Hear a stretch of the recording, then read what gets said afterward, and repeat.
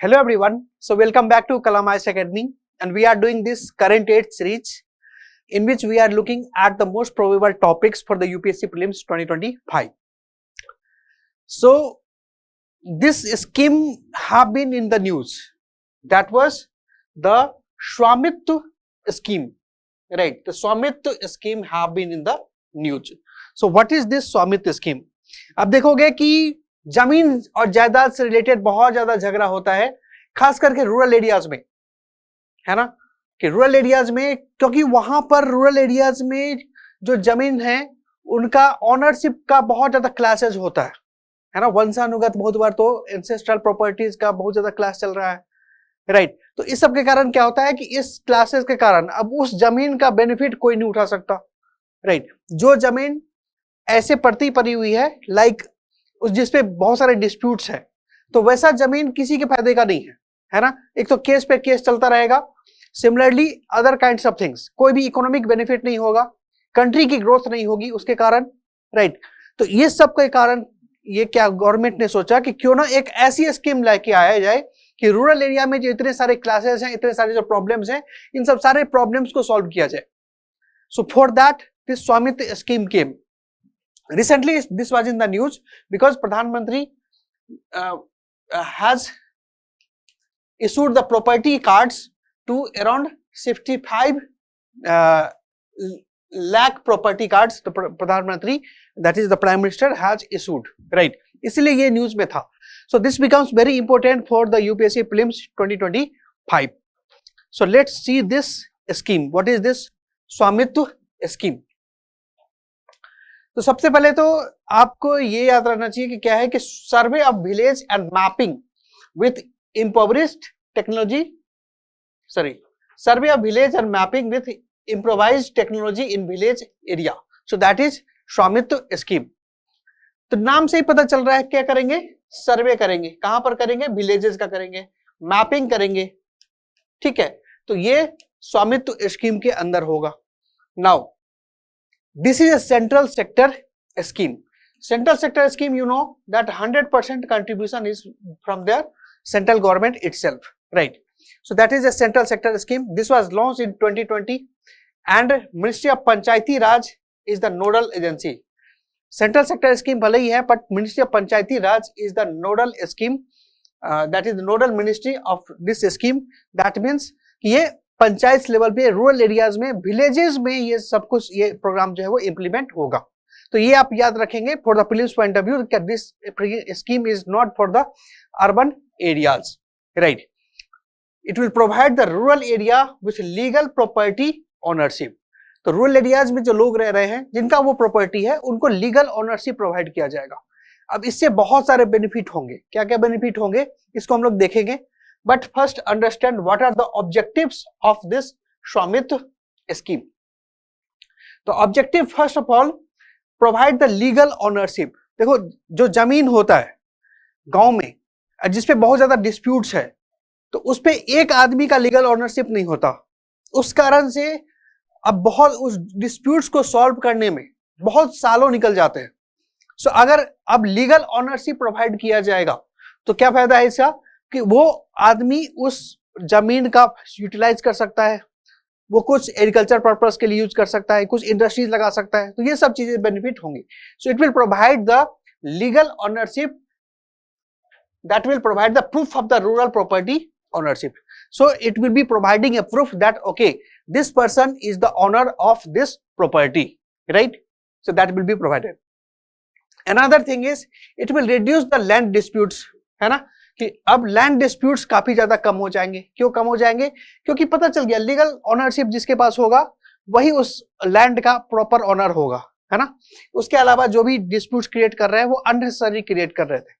So that will be there. So it will reduce the land disputes and therefore ये accurately map करेगा property को. This will be accurately mapping the property. It will maintaining the clear records. इससे ये भी फायदा होगा कि अब देखो एक आदमी को जमीन बेचना है, ठीक है, तो जमीन बेचने वाला और जमीन खरीदने वाला दोनों के लिए भी आसान हो गया, because all these land records will be digitised. So those who are purchasing the lands, so they can search online that what is who is the real owner of this particular property, right? तो ये किया जा सकता है through this scheme. Another thing is it will promote the economic development. How? Because जब तक वो जमीन किसी के कब्जे में नहीं था या डिस्प्यूटेड था या कोर्ट के अंदर पेंडिंग था केसेस, राइट, तो उस टाइम पर उस जमीन पर कोई कुछ नहीं कर सकता था, राइट। तो अब जब पता चल गया कि उसका लीगल ऑनर कौन है, तो उस जमीन का मालिक पता चल गया, now that owner, the property owners, so they can utilize it in any way for the any kind of economic activity, और they can take loans from the bank as well, right? So that will also be a beneficial, because in collateral जो ये जो properties है, land records, इसको show किया जा सकता है in the banks, and on the basis of that they will be getting some kind of loan. Also it will strengthen the governance. तो governance की जो बहुत बड़ी problem थी land records से related, मॉडर्नाइजेशन से रिलेटेड, डिजिटाइजेशन से related, ये जो गवर्नेंस रिलेटेड ई गवर्नेंस हो नहीं रहा है, ई गवर्नेंस हम लोग पढ़ते तो बहुत है, बट ये जो हो नहीं रहा था, so in this will be having the real implementation.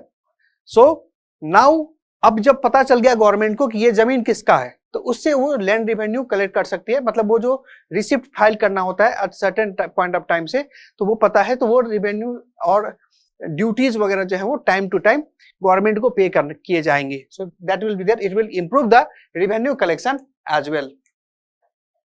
Also leveraging the technology, so all these things will be done. ये जो मैपिंग होगा, ये जो issue of the property cards will be there, so all these things will be done by using of the technology, right. For example drones will be there. Drones will be used for the accurate mapping of the land. कि अब कोई land है वो इस तरह का है या इस तरह का है, so that will be clearly mapped through the drones, right? So the drone mapping will be there. Then all these things use of the technology, this digitization will be there, online feeding of the data will be there. So all these things will be there in the Swamitva scheme itself, right? Now what are the added benefit all this will have? Because in the objective itself you can find that there are multiple kinds of benefits inside the Swamitva scheme. So what are the other benefits the Swamitva scheme will have?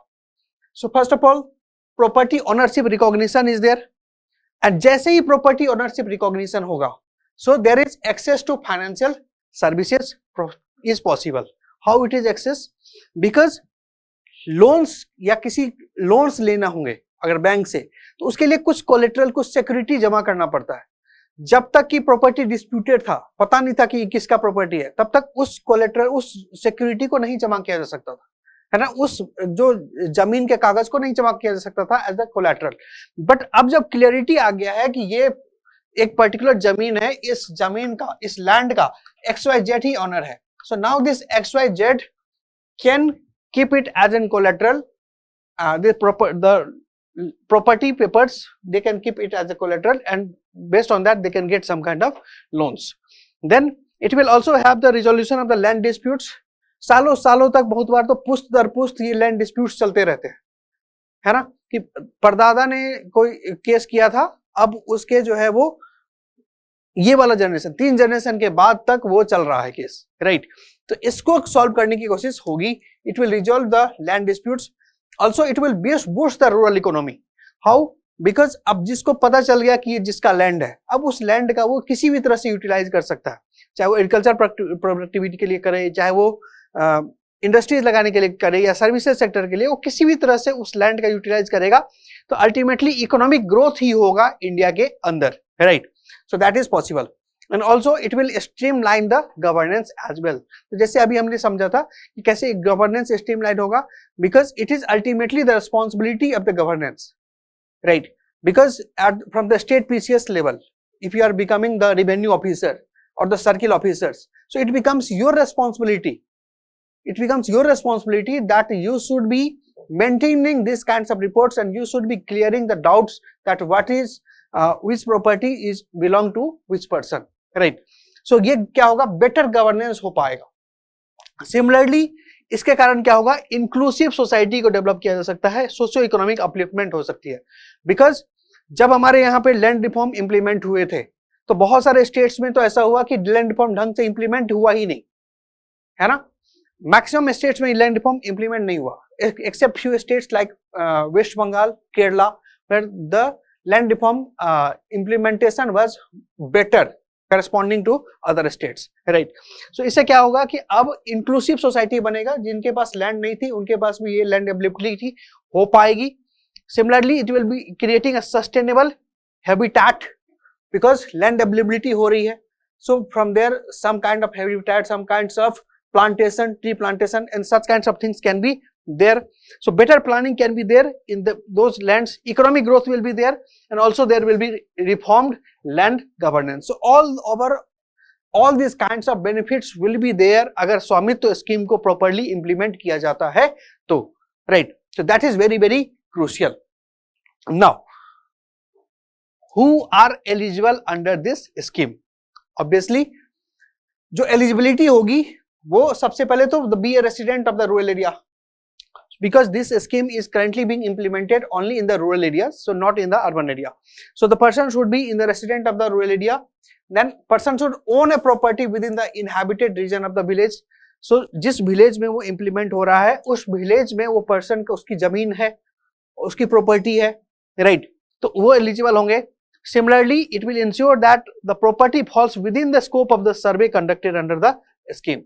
So not everywhere this kind of schemes will be implemented. So whether that area that falls under this government schemes or not, और कौन से authority उसके लिए eligible है, कौन से authority, concerned authority who has the power to do such kinds of mapping, such kinds of allocating the records, right? So all these things will be based on the program. These kinds of eligibility is required.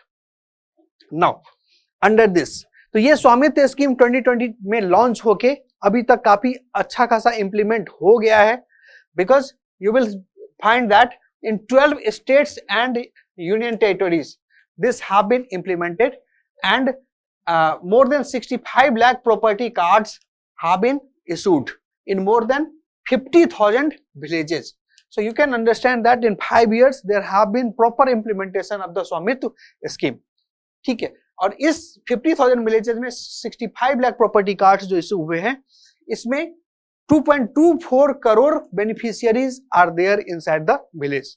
तो उनको clearly पता चल गया कि ये जो land है वो डिस्प्यूटेड नहीं है, उसका एक क्लियर पता चल गया कि कौन उसके ऑनर है. तो अब वो ऑनर उस लैंड के साथ जो भी करना चाहे, जितना भी उसका यूटिलाइज करना चाहे, वो सारा यूटिलाइज किया जा सकता है, right? Then there are some case studies as well which the government itself have published regarding the Swamitva scheme. For example, in Gujarat, this Thakur Bhumiben was there. Miss, she is still there. So Thakur Bhumiben is there, and she has been a housewife. And just being a housewife, she was facing lots of trouble, lots of challenges because she did not have access to the land. Right? Land इनके नाम पर था नहीं. तो फिर क्या हुआ कि स्वामित्व स्कीम के कारण इनके नाम पे प्रॉपर्टी कार्ड इशू हुआ and she became the legal owner of the ancestral properties which empowered her, which enabled her to get access to the loans from the banks. तो इनको लोन भी मिला, है ना. तो अब ये कुछ नया सेटअप अपना कर सकती है, कुछ इंटरप्रेन्योर टाइप की चीजें कर सकती है, right? So this was one of the case study where the Swamitva scheme has changed the lifestyle of Thakur Bhumiben. Another example is Vinod Kumar. So Vinod Kumar is from the Dehradun and he was a private job holder and he was facing lots of property related issues. So he was facing the property related disputes and there was lack of clear ownership. और जब कहीं भी lack of clear ownership होता है तो जो सबसे ज्यादा जो प्रॉब्लम्स होते हैं उसमें जेन्युइन जिसका जो वो लैंड है ना, आपका जेन्युइन लैंड है लेकिन उसको क्लेम करने वाले 10 लोग आ जाए तो मेन लॉस किसको है? जिसका जेन्युइन है वो लैंड, है ना. बाकी 10 को तो मजा आ रहा है, बस वो तो बस ये चाह रहे हैं कि किसी तरह से छल करके वो लैंड उसको उनके हाथ में आ जाए, राइट? बट जो रियल प्रॉब्लम है वो किसका है? जिसका वो रियल में वो लैंड है. तो similarly the Vinod Kumar was facing lots of disputes and there was lack of clarity about the ownership of the lands.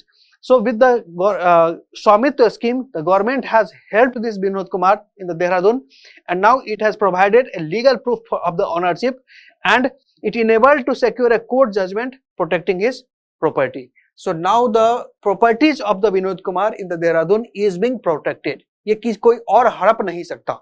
तो ये कितना ज्यादा इंपॉर्टेंट हो जाता है. Land is a very sensitive subject. यहाँ पर एक एक इंच के लिए, एक एक फीट के लिए मर्डर तक हो जाती है. तो ये बहुत बड़ी बहुत अच्छी इनिशिएटिव है which the government of India has taken, right? And most importantly, this is a central sector schemes. ऐसे तो land is a state subject, but this Swamitva scheme, this is a central sector scheme, so it will be implemented completely. Means all the fundings will be done given by the central government itself. Implementation तो state level पे हो सकता है, right?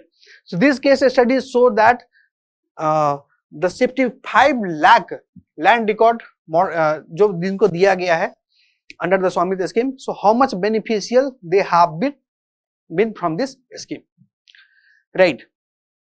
So that was all from this Swamitva scheme. We have already covered all these things under our current age program. If you still don't know about the current age program, very briefly I will say you that this is a 1 point current affairs program for the prelims 2025 because it has the 3 kinds of module, 3 aspects it is covering. One is it will provide you the current affairs booklet, as well as it will provide you the current affairs sessions, also, as well as it will also provide you the test, as well as it will also provide you the overall holistic coverage of entire 1.5 years of the current affairs under this one single program. So you can be comfortable in 40 to 45 questions which will be coming under the UPSC prelims 2025. So you can check out definitely this kind of program because all these things in very detail we have already covered under the current age program. So that is all from my side in this session. So we will be coming very soon with another probable topics. You make sure that you subscribe to this channel, and also you should be marking this playlist, or you should be saving this playlist of the this current age, so that at least you will be able to revise all these most probable topics for the UPSC prelims 2025. So we will meet again. Thank you very much.